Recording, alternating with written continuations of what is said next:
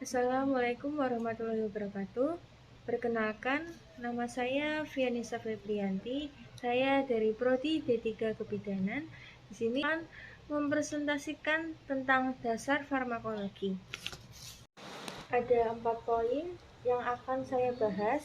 Yang pertama itu ada definisi farmakologi, definisi farmakognosi, lalu yang kedua ada definisi obat. Poin yang ketiga itu ada asal-usul obat. Lalu poin yang keempat itu tentang farmasi. Memasuki poin yang pertama yaitu definisi tentang farmakologi.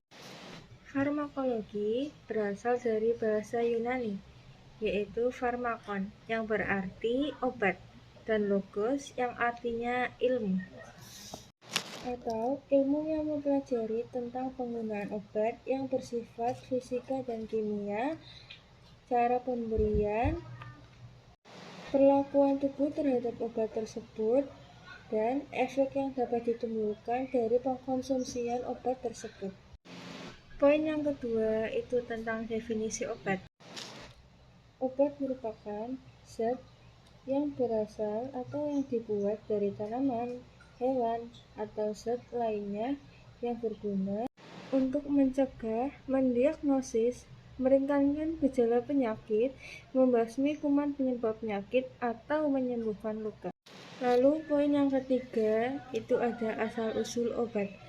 Zaman dahulu, obat yang digunakan sebagian besar itu berasal dari tanaman. Orang-orang zaman dahulu mencoba menggunakan bahan dasar dari berbagai jenis tumbuhan, batang, atau akar tumbuhan. Kebiasaan ini diturunkan secara turun-temurun dari generasi ke generasi selanjutnya, sehingga dinamakan dengan obat tradisional atau biasa kita sebut dengan jamu dan juga herbal. Selanjutnya itu ada definisi farmakognosi, yaitu cabang ilmu yang mempelajari tentang pembuatan obat alami yang berasal dari tanaman atau hewan yang melalui berbagai uji. Pada abad ke-20, awal mula penemuan obat itu dari obat sintetis, yaitu asetosal, yang ditemukannya kemoterapika berupa sulfonamid pada tahun 1935, lalu itu ada penisilin pada tahun 1940 yang merupakan bagian terpenting dari perkembangan dunia farmasi. Selepas tahun 1995-an, obat-obatan sintetis itu tidak digunakan kembali karena telah banyak penemuan-penemuan obat yang baru, sehingga obat-obatan sintetis tersebut terdesak dan obat-obatan yang baru lebih manjur dan modern. Jadi, dalam membuat atau menciptakan suatu obat yang digunakan untuk menangani suatu penyakit, kita tuh harus melakukan percobaan dan penelitian terlebih dahulu yang tidak main-main, melainkan berdasarkan pada alasan ilmiah yang dapat dipertanggungjawabkan. Untuk itu, kita harus mengetahui efek apa yang ditimbulkan oleh obat tersebut terhadap tubuh kita.